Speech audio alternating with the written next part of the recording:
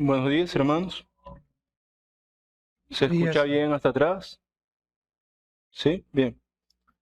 Hermanos, les pido que me acompañen en oración. Señor y Padre Celestial, te damos gracias, como siempre, por la oportunidad que brindas a este servidor de estar acá exponiendo tu palabra. Te pido, Señor, en conjunto con todos, que utilices cualquier cosa que yo vaya a decir para tu gloria, Señor, para la santificación de tu nombre, a pesar de mi dificultad y de mi limitación, Señor. Te pedimos que nuestros corazones estén concentrados, dispuestos y gozosos de recibir tu palabra, Señor, para que con ella cada uno, conforme a su necesidad, pueda, Señor, tomarla y aplicarla a su vida, de modo que vivamos mejor, te adoremos mejor, te conozcamos mejor, Señor.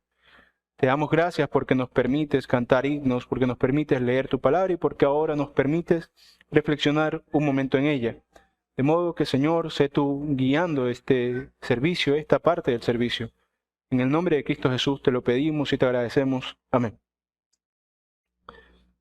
Bueno, hermanos, en el último sermón del libro de los Hechos, estudiamos el relato de Lucas, que es el autor del libro, acerca de la primera celebración del día del Pentecostés posterior al ministerio terrenal de Cristo. Esto sucedió luego de su ascensión. Recordemos que el Pentecostés sucede 50 días después de la Pascua, o sea, aproximadamente esa misma cantidad de días después de la pasión de Cristo. Cuando Cristo ascendió a los cielos, pasaron unos días y los discípulos, como judíos, junto con otros judíos, celebraron el Pentecostés, agradeciendo las cosechas del año, de las primeras cosechas del año luego de la Pascua, como tenía acostumbrado. Leímos entonces que esa celebración del Pentecostés no fue para los discípulos una más como la de cualquier año, sino que sucedió lo que se conoce como el derramamiento del Espíritu Santo en medio de todos los devotos fieles cristianos que estaban reunidos allí. Vimos también las similitudes que este evento tuvo con otras intervenciones divinas en el Antiguo Testamento. Vimos cómo este viento se asemejaba en su estruendo a las bocinas y vientos poderosos y tormentosos de la entrega de la ley, cómo está el elemento del humo y acá las lenguas de fuego, cómo además, de modo contrario, en la entrega de la ley el pueblo no quería escuchar, se apartaba, estaba lejos y había un intermediario, pero ahora en el derramamiento del Espíritu todos participaban, todos gozaban del beneficio del don del Espíritu sobre ellos. Y recordemos que este derramamiento del Espíritu sobre los presentes se mostró en una manifestación visible de lenguas de fuego y de un viento recio, pero además, y es la señal más característica de ese día, se presentó como lenguas milagrosas, con las cuales los presentes fieles empezaron a tener la habilidad de hablar en idiomas que no conocían, de modo que los distintos extranjeros que estaban presentes, judíos pero extranjeros, que estaban presentes allí, que cada uno tenía lenguas diferentes, maternas, todos les entendían. Y todo esto fue en el contexto de adoración y de santa espera que tenían los discípulos. Porque recordamos que decía Lucas que ellos estaban perseverando unánimes ese día. Entonces, siendo que los extranjeros entendían las lenguas, a pesar de que todos hablaban o muchos hablaban diferentes idiomas, Lucas nos muestra, nos anota, nos destaca cuál fue la impresión que hubo por parte de las personas con este milagro, con este evento. Y eso lo destaca en Hechos 2, del 12 al 13. Dice, después de que pasa todo esto que mencionamos, las lenguas de fuego, el viento recio, la gente empieza a hablar y ellos entienden, aunque muchos hablan diferentes idiomas, y estaban todos atónitos, perplejos, sorprendidos, diciéndose unos a otros, ¿qué quiere decir esto? Unos sorprendidos, atónitos. Y otros, dice aquí, más otros, burlándose, decían, están llenos de mosto, están borrachos. Entonces, en resumen, tenemos dos impresiones. La impresión de asombro de este milagro y por otro lado, la impresión de burla. Unos estaban asombrados y curiosos. ¿Qué quiere decir esto? ¿Qué está pasando aquí? Y otros simplemente se burlaban, pensando que quizás se trataba de algún show de borrachos que estaban diciendo cualquier cosa, que estaban haciendo cualquier sonido. Y esta impresión equivocada de algunos dio lugar a la intervención por parte del apóstol Pedro, que ahora, estando frente a tanta gente de tantas partes, hermanos judíos suyos, tenía el terreno perfecto para predicar a su Señor. Pedro aprovechó estas murmuraciones para predicar a su Señor. Y con esto en mente, toda esta contextualización de lo que estaba pasando antes de que Pedro hablara, leamos entonces el texto que nos interesa hoy. Hechos 2, del 14 al 42, prácticamente todo lo que resta del capítulo, que es el discurso de Pedro. Toda esta porción es el discurso de Pedro. Hechos 2, 14 al 42. Dice así, empiezo en el 14. Entonces Pedro, poniéndose en pie con los 11, alzó la voz y les habló diciendo: varones judíos y a todos los que habitáis en Jerusalén, esto os sea notorio y oíd mis palabras, porque estos no están ebrios, como vosotros suponéis, puesto que es la hora tercera del día. Mas esto es lo dicho por el profeta Joel. Y en los postreros días, dice el Señor, cita a Pedro a Joel, derramaré de mi espíritu sobre toda carne, y vuestros hijos y vuestras hijas profetizarán. Vuestros jóvenes verán visiones, y vuestros ancianos soñarán sueños. Y de cierto sobre mis siervos y sobre mis siervas en aquellos días derramaré de mi espíritu y profetizarán. Y daré prodigios arriba en el cielo y señales abajo en la tierra, sangre y fuego y vapor de humo. El sol se convertirá en tinieblas y la luna en sangre, antes que venga el día del Señor, grande y manifiesto. El 21 dice: y todo aquel que invocar el nombre del Señor será salvo. Continúa entonces Pedro con su discurso después de la cita. En el 22, varones israelitas, oí estas palabras. Jesús Nazareno, varón aprobado por Dios entre vosotros con las maravillas, prodigios y señales que Dios hizo entre vosotros por medio de él, como vosotros mismos sabéis, a este, entregado por el determinado consejo y anticipado conocimiento de Dios, prendisteis y matasteis por manos de inicuos, crucificándole, al cual Dios levantó, sueltos los dolores de la muerte, por cuanto era imposible que fuese retenido por ella, porque David dice de él, y cita al profeta, al Salmo 16, veía al Señor siempre delante de mí, porque está a mi diestra, no seré conmovido, por lo cual mi corazón se alegró y se gozó mi lengua, y aún mi carne descansará en esperanza, porque no dejarás mi alma en el Hades, ni permitirás que tu santo vea corrupción. Me hiciste conocer los caminos de la vida, me llenarás de gozo con tu presencia. Continúa el discurso de Pedro. Varones hermanos, se os puede decir libremente del patriarca David, que murió y fue sepultado. O sea, no hablaba de él. Y su sepulcro está con nosotros hasta el día de hoy. Pero siendo profeta y sabiendo que con juramento Dios le había jurado que de su descendencia en cuanto a la carne levantaría al Cristo para que se sentase en su trono, viéndolo antes, habló de la resurrección de Cristo, que su alma no fue dejada en el Hades, ni su carne vio corrupción. A este Jesús resucitó Dios, de lo cual todos nosotros somos testigos. Así que exaltado por la diestra de Dios y habiendo recibido del Padre la promesa del Espíritu Santo, ha derramado esto que vosotros veis y oís. Porque David no subió a los cielos, pero él mismo dice, dijo el Señor a mi Señor, siéntate a mi diestra hasta que ponga a tus enemigos por estrado de tus pies. Sepa pues, ciertísimamente toda la casa de Israel, que a este Jesús, a quien vosotros crucificasteis, Dios le ha hecho Señor y Cristo. Termina el discurso de Pedro. Al oír esto, se compungieron de corazón y dijeron a Pedro y a los otros apóstoles, varones hermanos, ¿qué haremos? Pedro les dijo, arrepentíos y bautícese cada uno de vosotros en el nombre de Jesucristo para perdón de los pecados y recibiréis el don del Espíritu Santo. Porque para vosotros es la promesa, y para vuestros hijos, y para todos los que están lejos, para cuantos al Señor nuestro Dios llamare. y con otras muchas palabras testificaba y les exhortaba, diciendo: sed salvos de esta perversa generación. Así que los que recibieron su palabra fueron bautizados, y se añadieron aquel día como 3,000 personas, y perseveraban en la doctrina de los apóstoles, en la comunión unos con otros, en el partimiento del pan y en las oraciones. Hasta ahora, hermanos, todos los discursos de Pedro habían sido entre los mismos discípulos. Ahora por primera vez se había dado la primera campaña de evangelización de la historia de la fe cristiana.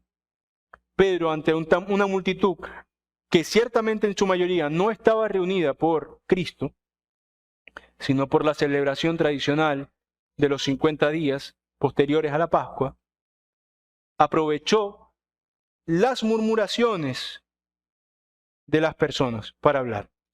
Vemos entonces cómo de este pequeño incidente de murmuración Pedro habla. Y toda esta intervención de Pedro tiene 3 grandes temas, que es bastante extensa, aunque seguramente es un resumen. Seguramente Lucas no escribió textualmente cada palabra de Pedro, seguro Pedro habló mucho más, pero en lo poco que escribe Lucas dice muchas cosas.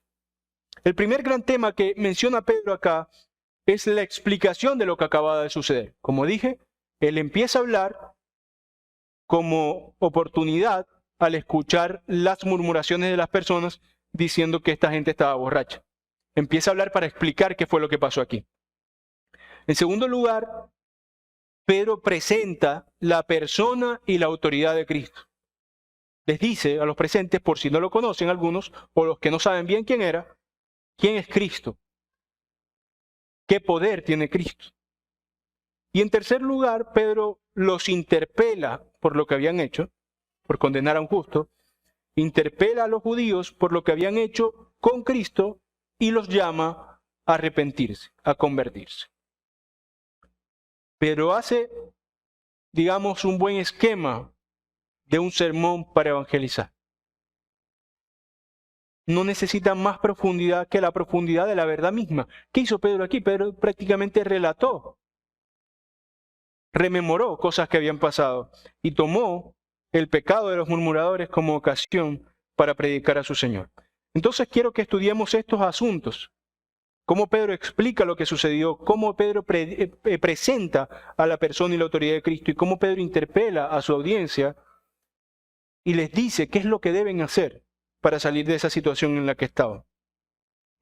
Y quiero que todo esto sea en la idea y como título del sermón de hoy que el mismo Pedro presenta cuando les dice que a este Dios, a este Jesús, Dios lo ha hecho Jesús, Señor y Cristo.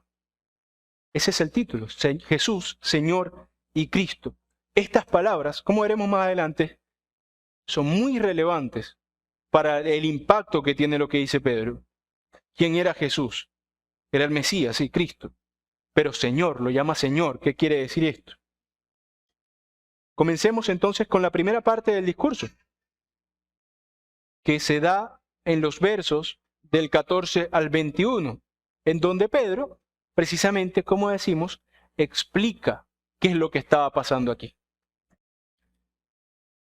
Luego de que escucha las murmuraciones, dice el 14, entonces Pedro, poniéndose en pie con los 11, alzó la voz y les habló diciendo: varones judíos y todos los que habitáis en Jerusalén, esto os sea notorio y oíd mis palabras. Porque estos no están ebrios, como vosotros suponéis, como estaban murmurando, puesto que es la hora tercera del día, mas esto es lo dicho por el profeta Joel. Y cita, y en los postreros días, dice el Señor, derramaré mi espíritu. Y se nos menciona diversas cosas, diversos dones, señales que se darían cuando Dios derramara el espíritu. Profecía, visión, sueños, etc. Luego, a partir del 20, dice, el sol se convertirá en tinieblas y la luna en sangre.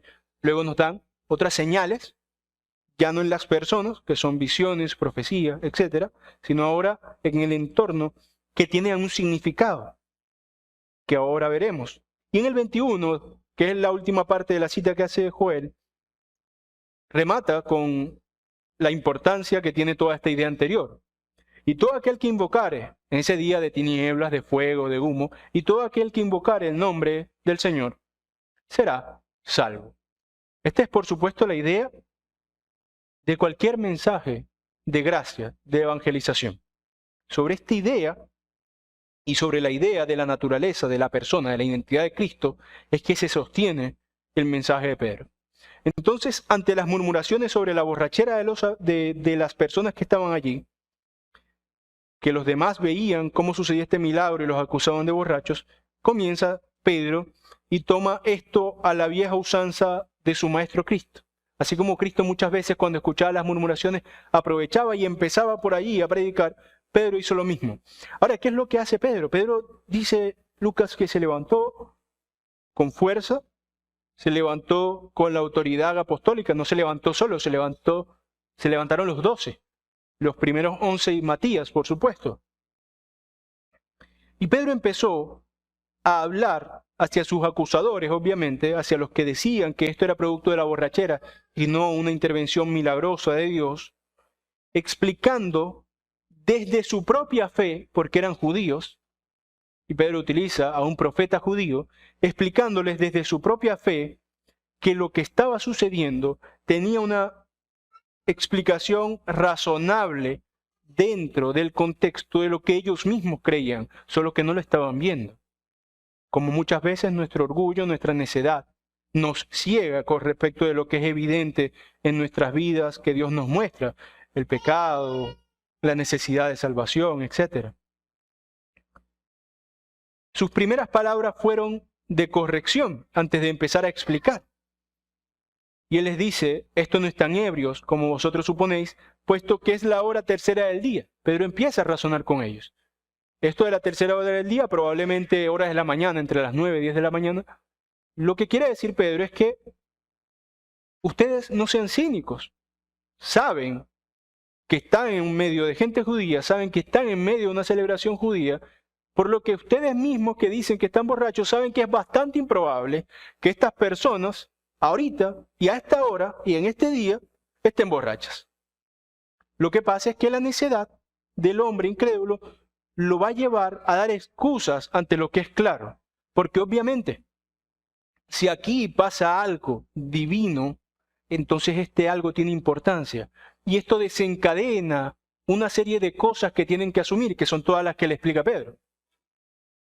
Esto mismo pasó con Cristo, ¿no? Cuando él lo acusaban de echar demonios por mano del demonio. Dice, bueno, da toda una explicación, el reino del demonio no está dividido contra sí mismo. Pero de todas formas después dice, ahora, si no es por mano del demonio, sino por mano de Dios, entonces el reino del Señor se ha acercado. Obviamente la negación del incrédulo es más cómoda, porque la negación del incrédulo ante la verdad divina va a ponerlo en una situación de tranquilidad con respecto a su propio pecado. No voy a pensar en eso, porque eso no importa, eso no tiene sentido. Son tonterías de personas que se reúnen cada domingo a hablar falsedades. Pero si es verdad que el mensaje que damos y que lo que estaba pasando aquí viene de parte de Dios, entonces no están cómodos. Y a esa incomodidad es que los ahorilla el apóstol Pedro cuando les dice, ustedes saben que no es razonable que piensen que esta gente está borracha. Aquí está pasando otra cosa. Que aunque su incredulidad les dificultaba aceptar lo que sus oídos escuchaban y lo que sus ojos veían, lo que sus sentidos les informaban, el viento recio y todo esto, su objeción era improbable. Su objeción venía simplemente de la necedad, de la incredulidad. Y lo que sucedía tenía una explicación no solo en la improbabilidad de que esta gente estuviera borracha, sino que en su propia tradición, en su propia fe. Y por eso Pedro, aunque no tenía necesidad de hacerlo, cita a un profeta.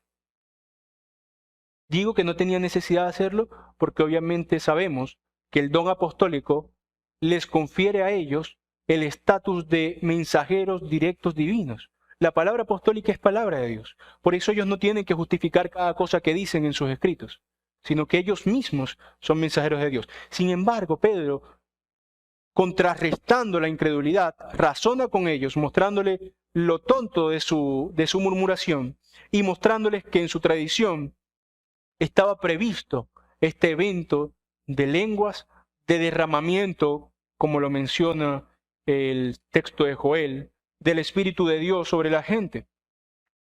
Pedro mostró una importante cualidad que debe tener cualquier cristiano que presente al Señor, que tenía presente las Escrituras en su mente para poder hacer con las experiencias que estaban viviendo una comparación con las Escrituras y entender sus propias experiencias a través de las Escrituras. Y eso es un comportamiento de prudencia que todos debemos adoptar.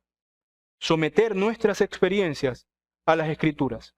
Y esto no solo será prudente con respecto a tener mejores interpretaciones de las Escrituras, sino prudente con respecto a presentar de forma más impactante, más personal el Evangelio, porque ya no solamente yo presento lo que a mí me ha pasado, sino que presento cómo lo que a mí me pasa, cómo lo que yo vivo, cómo lo que yo percibo, realmente tiene algún tipo de fundamento en las Escrituras y se hace verdad en mi experiencia, por supuesto, pero porque es verdad en sí mismo. Por eso Pedro, de forma hábil, tomó este texto para captar la atención de estas personas.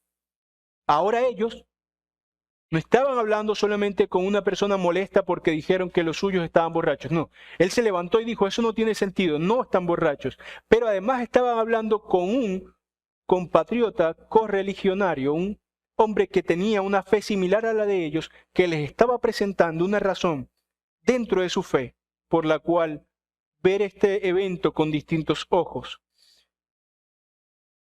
Y vemos que Pedro no dijo esto como si estuviera en una especie de debate en redes sociales donde no se llega a nada, sino que él lo hizo con un objetivo claro. Cuando citó a Joel, incluso él añadió una pequeña frase que no está en el texto de Joel.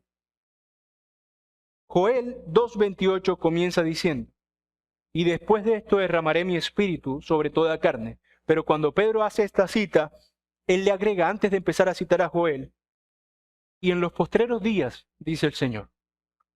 El apóstol tenía como objetivo no solamente explicar el evento de lenguas en la profecía de Joel, los dones que se estaban viendo, sino que tenía como objetivo anunciar desde los antiguos profetas la urgencia que esto significaba. Por eso le empieza, y en los postreros días, dice el Señor. Es decir, así como el Señor les dijo, si yo por mano de Dios echo fuera demonios, entonces el reino de Dios se ha acercado. Pero estaba diciendo, si esto que está pasando aquí es lo que Joel dijo que pasaría, entonces estamos en los postreros días. Estos son los últimos días. Entonces este evento tiene una relevancia más que anecdótica, más que la sola experiencia fantástica y hermosa que pudiera haber sentido los que recibieron dones. Esto, entonces, no era solamente el anuncio de que la iglesia se estaba formando. Esto entonces era el anuncio de que el mundo está próximo a terminar, de que el Señor está próximo a venir. En lo que cita Pedro en los versos 19 al 21, que todavía es la cita de Joel, dice, y daré prodigios arriba en el cielo y señales abajo en la tierra, sangre y fuego y vapor de humo, el sol se convertirá en tinieblas y la luna en sangre antes que venga el día del Señor, grande y manifiesto. Sabemos que en el Antiguo Testamento todas estas ideas de sangre, fuego, tinieblas, humo, son ideas apocalípticas, son ideas referidas al fin de los tiempos. Dice el 21, y todo aquel que invocare el nombre del Señor será salvo. Ese es el mensaje del cristiano, del Evangelio. Pero primero, este mensaje nos urge porque la situación es urgente. Nos urge porque estamos en el fin de los tiempos. No tenemos tiempo de sobra. Por muy joven que una persona esté, no tiene tiempo de sobra, sino que lo urge la muerte misma. Yo no sé cuándo voy a morir. Aunque tenga 10, 12, 8 años, 20 años, yo no sé cuándo voy a morir. La muerte misma, la naturaleza misma débil del ser humano, lo urge a tomar una decisión con respecto de su resultado eterno. Y por tanto este maravilloso evento de las lenguas no solo era un cumplimiento de una profecía y ya, no era solamente la institución de la iglesia, constituía, en sentido metafórico, las primeras trompetas del juicio final. Porque las imágenes que narra Joel, de las cuales se vale Pedro, y lo cual empieza diciendo, y en los postreros días, son claramente apocalípticas, y Pedro les mostró que no debían tomar entonces ese evento con ligereza, sino como el anuncio del principio del fin del mundo, de la carrera, como el anuncio que llama a tomar una decisión. Era como si Pedro, después de escuchar sus murmuraciones, les dijera: estos no están ebrios, sino que el juicio está cerca, y por eso está pasando esto. Ante una urgencia grande, entonces Dios mostró una señal grande, que estaba ya profetizada, por supuesto. Y luego de explicar esto, luego de callar a los contradictores, por supuesto, va a dar fundamento, va a dar un concepto de la persona de Cristo, por la cual todo esto tiene sentido, por la cual todo esto se estaba dando, quien fue predecesor de estas señales, quien dijo que cuando se fuera, surgirían estas señales. Luego de explicar cómo o qué es lo que estaba pasando allí, se desarrolla la presentación de la persona de Cristo en Hechos 2, del 22 al 36. Después de que Pedro deja clara la seriedad del asunto, continúa su discurso, ahora dirigiendo a la audiencia al tema central de todo su discurso. Y el tema central no era solo que Dios estaba manifestando en la promesa del Espíritu, como habíamos dicho al principio del estudio de este libro, que la promesa del Padre era el Espíritu Santo. No solo era esto, no solo que se estaba cumpliendo lo que Cristo había dicho que venía, sino que el centro de todo esto es Cristo mismo. Y si no sé quién es Cristo, no solo que es aquel carpintero, el nazareno, aquel hombre nacido en Belén, no. Si no sé quién es Cristo en su naturaleza, qué autoridad tiene Cristo, de dónde viene Cristo, entonces no capto lo principal de este mensaje, porque el mensaje apostólico, evangélico, que es un mensaje de salvación, tiene sentido por Cristo, tiene utilidad por Cristo, y por eso él ahora lo presentaría en Hechos 2, del 22 al 28. Hechos 2, verso 22. Varones israelitas, oí estas palabras: Jesús Nazareno, varón aprobado por Dios entre vosotros, con las maravillas, prodigios y señales que Dios hizo entre vosotros por medio de él, como vosotros mismos sabéis, a este, entregado por el determinado consejo y anticipado conocimiento de Dios, prendisteis y matasteis por manos de inicuos, de pecadores, crucificándole. A este Cristo, al cual Dios levantó, sueltos los dolores de la muerte, por cuanto era imposible que fuese retenido por ella, por la muerte. Porque David dice de él: veía al Señor siempre delante de mí, porque está a mi diestra, no seré conmovido, por lo cual mi corazón se alegró y se gozó mi lengua, y aún mi carne descansará en esperanza, porque no dejarás mi alma en el Hades, ni permitirás que tu santo vea corrupción. Me hiciste conocer los caminos de la vida, me llenarás de gozo en tu presencia. Este es, sin duda, esta porción, sin ninguna duda, el aspecto principal de todo el discurso que daba Pedro. Primero hizo una introducción que era necesaria para mantener al espectador pendiente de la urgencia de lo que se les estaba planteando. Pero ahora la presentación de este hombre poderoso, del cual dice que la muerte no podía retener. Que bueno, a veces por leerlo rápido no sentimos el peso de estas palabras. Sueltos los dolores de la muerte, dice Pedro, por cuanto era imposible que fuese retenido por ella. Parecido a lo que dice Pablo por allá, pero ahora con nosotros. Como él no pudo ser retenido por la mente, Cristo nuestro Señor, del cual recibimos el beneficio de la salvación, entonces sorbida, destruida, tragada, hecha nada, es la muerte en victoria. Estas palabras tenían peso, sobre todo Porque cualquier personaje grandioso que se les ocurriera a estas personas, cualquier personaje con cualquier autoridad que se les ocurriera, era nada, era débil ante la muerte. Patriarca Abraham precisamente temía o temió en cierto momento de su vida que no se pudiera cumplir la promesa en él por la muerte, por su vejez. No importa qué personaje ilustre pudieran imaginarse estos judíos o podamos imaginarnos nosotros. Ante la muerte, todos estaban igual de indefensos.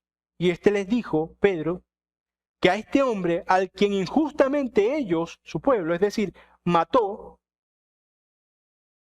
no era un hombre cualquiera. No quedó allí tendido en el suelo sin poder defenderse. No quedó el delito impune, sino que volvió de entre los muertos. Obviamente sabemos que volvió con un fin que no necesariamente es de terror. De hecho, la urgencia, el terror de nuestro pecado, que es la muerte final, que es la condenación eterna, sucede por nuestro pecado mismo. Si Cristo no hubiera sido condenado injustamente, igual hubiera sucedido la condenación. Más bien la muerte injusta de Cristo, paradójicamente, que tenía que suceder, como dice Pedro, según el determinado consejo de Dios, es objeto de vida, es resultado de vida.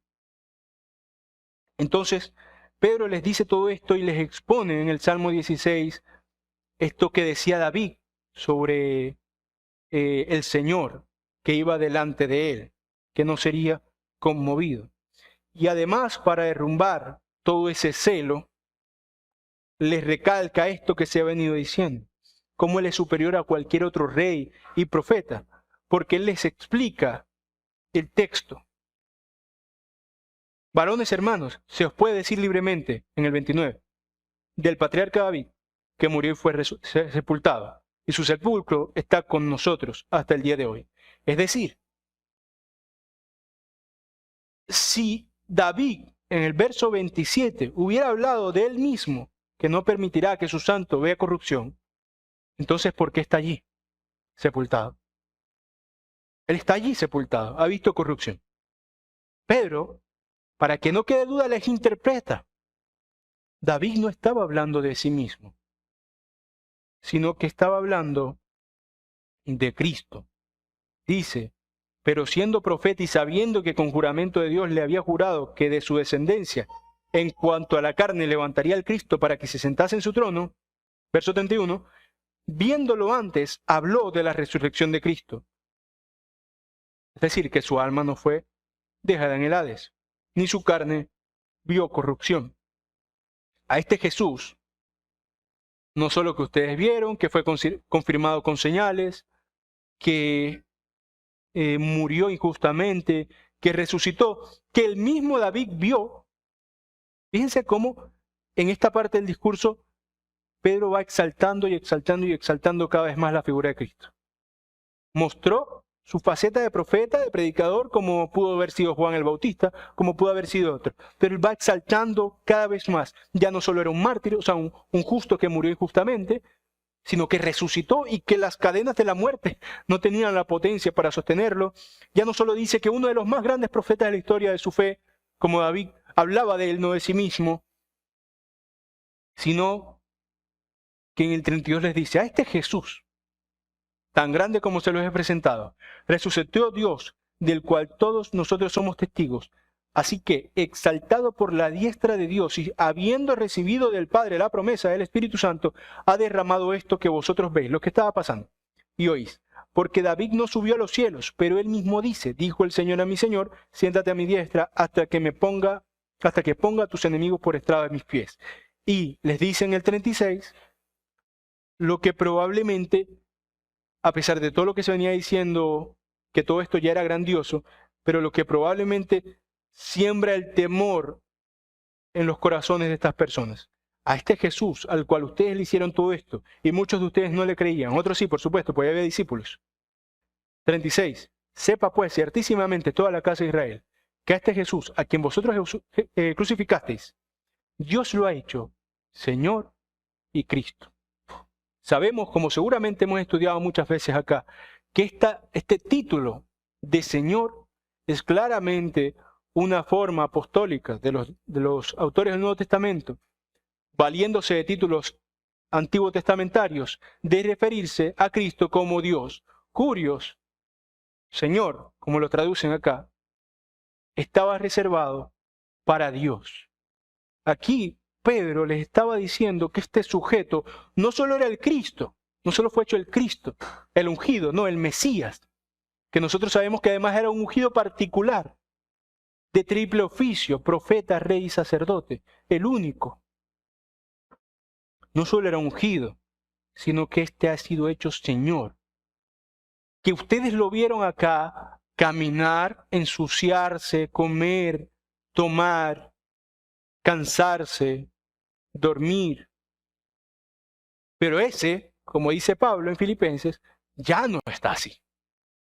Ya no está con ropas sucias o con cansancio o con hambre, sino que ha sido elevado no a un puesto que nunca tuvo, no, ha sido devuelto a su original situación de poder, de gloria, de la cual solo por un momento se ocultó en la encarnación para sufrir por nosotros, cosa que no hubiera hecho si hubiera permanecido con su gloria plena en su encarnación. Y todo esto que estaba pasando entonces era gracias a Jesús. No solo era un evento divino, sino un evento divino propiciado por Jesús, el cual ahora entendían estas personas es Dios.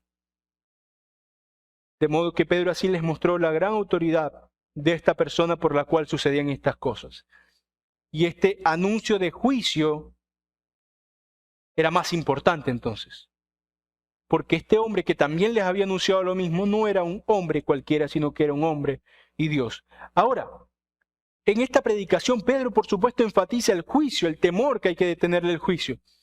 Y a algunos les parece poco misericordioso el Evangelio cuando hablamos del juicio, cuando hablamos del pecado y su resultado, que es la condenación. Pero la verdad es que al que le parezca escandaloso es simplemente un hipócrita. Cualquier sociedad, cualquier familia incluso, tiene alguna noción de lo bueno y lo malo. Claro, muchos equivocadas, ¿no? Pero tiene alguna noción de que hay algo, que hay cosas deseables y hay cosas indeseables. Y que ante las cosas indeseables es necesario hacer algún tipo de retención, de castigo. Ante la desobediencia del niño es necesario corregirlo de alguna manera. Algunos piensan que puede dársele con vara, otros que sentándole, conversando, como sea. Pero en esta noción que todo ser humano tiene, aunque quiera vivir de espalda a ella, porque testimonios hay muchos de personas que viven en libertinaje y luego en algún momento de sus vidas se saben vacíos, inconformes, saben que han estado equivocados, sabiendo que todo ser humano tiene esta noción que llama Pablo ley escrita en los corazones, esta noción de bondad y de maldad. Entonces es hipócrita escandalizarse por el anuncio de juicio del Evangelio, porque no es más que llevar esta noción que cualquiera tiene de bien y de mal a una escala universal. Es decir, así como yo corrijo a mi niño, o el maestro a su alumno, o el policía al malhechor, el juez, así como yo lo corrijo porque yo quiero que deje de haber cosas indeseables para tener lo deseable, entonces, en sentido universal, nuestras acciones, ante las cuales queremos mirar a otro lado y pensar que nunca serán juzgadas, también serán juzgadas. Pedro no está diciendo que esto es el Evangelio. El Evangelio no es este mensaje de muerte, no. El Evangelio usa este mensaje de muerte, que es una realidad, que todos seremos juzgados, una realidad, y lo usa como trampolín precisamente para presentar la belleza de la salida que el Señor nos ha dado. Y esto lo vamos a ver cuando Pedro calle y la gente le responda. Pero en este momento, hasta ahora, es como si Pedro les hubiera dicho, escuchen quién es Jesús y teman. Temer porque Él es juez justo, como se espera, Él juzgará. Sin embargo, como es natural en la maravillosa gracia divina, esta dura verdad que les decía Pedro viene con la dulce miel del Evangelio que redime al hombre. Pedro no estaba queriendo asustarlo simplemente, sino que ahora las últimas palabras de Pedro son las que hacen clic, hacen una chispa en el corazón de estas personas. Sepa pues ciertísimamente toda la casa de Israel que a este Jesús a quien vosotros crucificasteis, Dios le ha hecho Señor y Cristo. Qué curioso, ellos lo mataron, pero el que mataron es el que les da vida. Veremos. Todo lo que dijo Pedro hasta ahora tenía un claro sentido de expresar quién era Cristo. Y de expresar que este Cristo es Dios, que es Señor, que es Mesías. De expresar que a este Dios y Mesías lo rechazaron, lo mataron.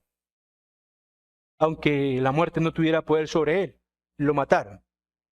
Y tras las impactantes palabras de Pedro, Lucas ahora gira la cámara hacia su audiencia y nos muestra cuál es la reacción de la audiencia ante todo el discurso. Hechos 2, del 37 al 42.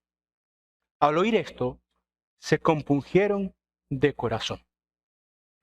Y dijeron a Pedro y a los otros apóstoles, varones, hermanos, ¿qué haremos? Pedro les dijo, arrepentíos y bautícese cada uno de vosotros en el nombre de Jesucristo para perdón de los pecados y recibiréis el don del Espíritu Santo, porque para vosotros es la promesa y para vuestros hijos y para todos los que están lejos, para cuantos el Señor nuestro Dios llamare. Recuerden que cuando él citó a Joel, una de las características impactantes, importantes del texto, es que todas estas cosas de visiones, de profecías, que se darían por el derramamiento del Espíritu, Joel dice, vuestros jóvenes, vuestras mujeres, vuestros hombres, vuestros ancianos. Joel manifiesta de una forma tácita, Pedro lo vuelve a hacer, Pedro lo hace por allá en sus cartas, el mismo apóstol Pablo lo hace, que ante esta multitud de pecados del hombre contra Dios, ante incluso la ignorancia de otras etnias en el mundo que no conocen el Evangelio o que no conocían la Biblia como estos judíos lo conocían, ahora dice el 39, para cuantos el Señor nuestro Dios llamare. Esto es para mujeres, hombres, niños, ancianos, persas, judíos, colombianos, estadounidenses, canadienses, mexicanos. Esto es para todos. Pedro les dice ante la pregunta, ¿qué haremos? Resumo, él dice más cosas, no resumo. Cree en Cristo. Deposita tu fe en Cristo. Y seguro dijo muchas otras cosas. El mismo Lucas dice en el 40 y con otras muchas palabras testificaba y los exhortaba. Pero todo se resume en que a este hombre que se mostró débil, pero no era débil, Cristo Jesús, es al que debemos acudir para salvarnos del pecado.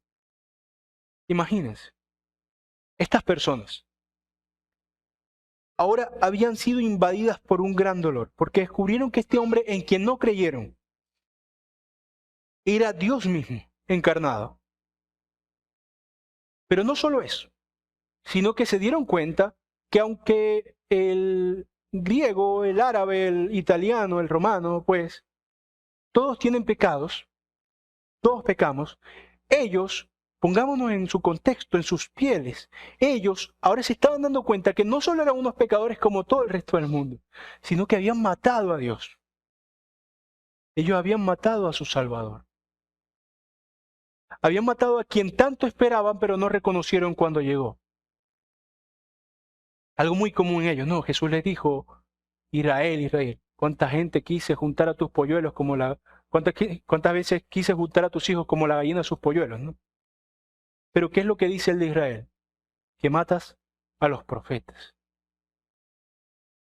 Esta condición, aunque la vivió Israel para ejemplo, y esto hay que tenerlo claro, Israel lo vivió para ejemplo, es la misma condición de pertinacia, de pecado, de incredulidad, en la que todos nacemos. Y que vamos desarrollando y empeorando en la medida que crecemos, por supuesto.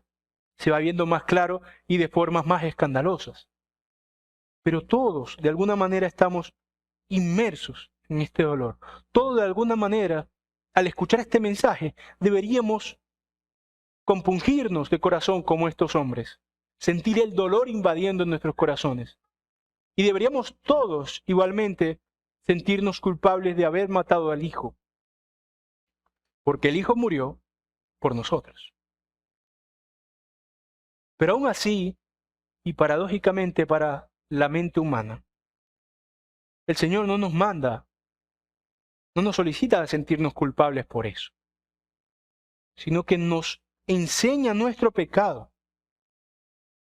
y nos muestra cuál es la salida de él. Nos da la respuesta a eso que le preguntan a Pedro, ¿qué haremos? Recuerden por allá también al maestro de maestros, cuando lo escucharon, unos le preguntaron, después de haberle hecho la pregunta sobre los que había caído en la torre y los que habían mezclado la sangre, etc.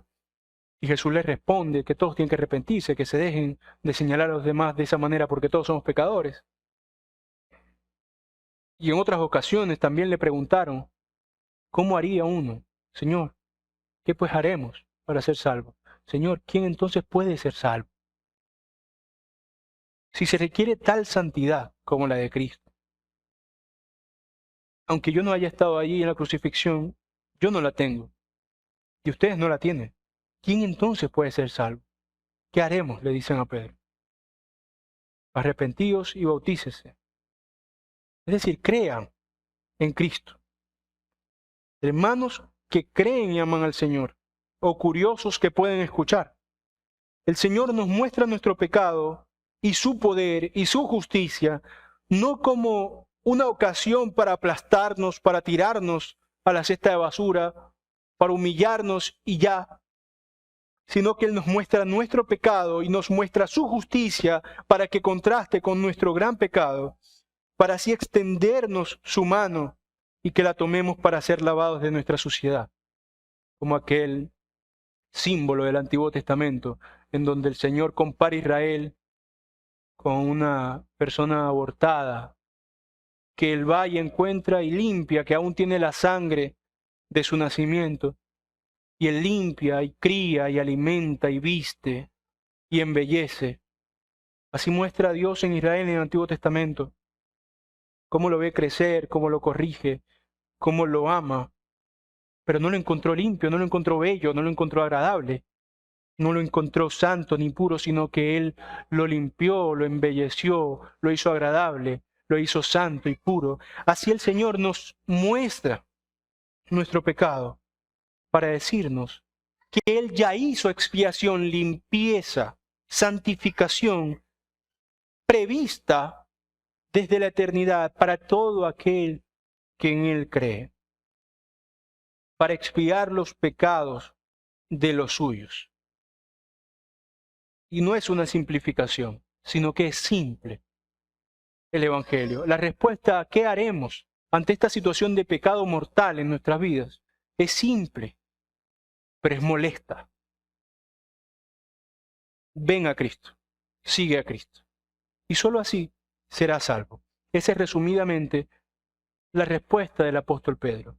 Y ante esta respuesta nos dice maravillosamente el relato, cierra Lucas el relato, diciendo en el 41, así que los que recibieron su palabra fueron bautizados, y se añadieron aquel día como 3,000 personas. No sé cuánto habrían, 5,000, 6,000, 10,000, no sé.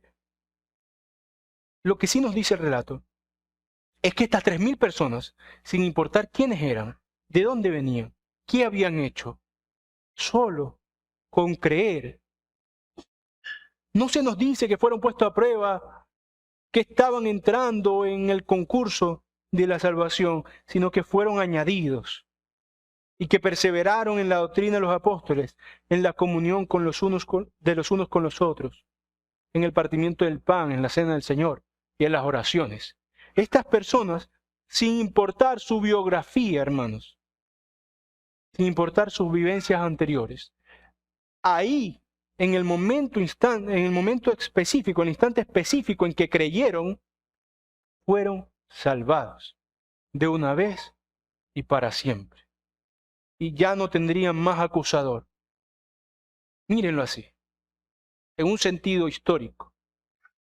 ¿Qué peor pecado podrían haberse imaginado que haber matado a Dios? Y aún así, tan solo creer fue la salvación de sus almas, hermanos. Y es la salvación de nuestras almas. Y la salvación de todo aquel que escuchando, entendiendo mucho o entendiendo poco, sepa que necesite de Cristo y vaya a Cristo para que lo limpie, para que lo embellezca, para que le enseñe, para que lo ame y para que lo salve. Oremos. Señor y Padre Celestial, te damos gracias por tu preciosa palabra, Señor. Te damos gracias porque no merecemos tan grande misericordia, Señor, pero tú la has dado. Porque este mundo te despreció, te trató mal, Señor. En este mundo no hubo, como sabemos, ni siquiera un lugar adecuado para un humano en donde naciera, sino que dormiste en tu niñez, Señor, en tu infancia más tierna, en un establo. Este mundo te despreció de todas las maneras horrendas en que podamos pensar que pueden despreciar a alguien. Meneaban la cabeza, Señor, en tu crucifixión. Y probablemente nosotros no hubiéramos sido diferentes, Dios. Y aún así, tú condesciendes, nos miras, Señor, a los ojos, nos perdonas, nos limpias, Señor, tan solo por ir a ti y nada más, Señor. No te entregamos nada más, Señor, que creer en ti. Como dices tú mismo, Señor, en tu palabra, con la convicción de que todo el que va a ti no es echado fuera, Señor, sino que tú recibes a todo el que se acerca, Señor. Y todo el que se acerca no lo hace sino por tu gracia. Te damos gracias, Señor, por tu palabra, que se deposite en nuestros corazones y que dé frutos para personalmente nuestras vidas, pero también para quienes nos rodean. En el nombre de Cristo Jesús oramos. Amén.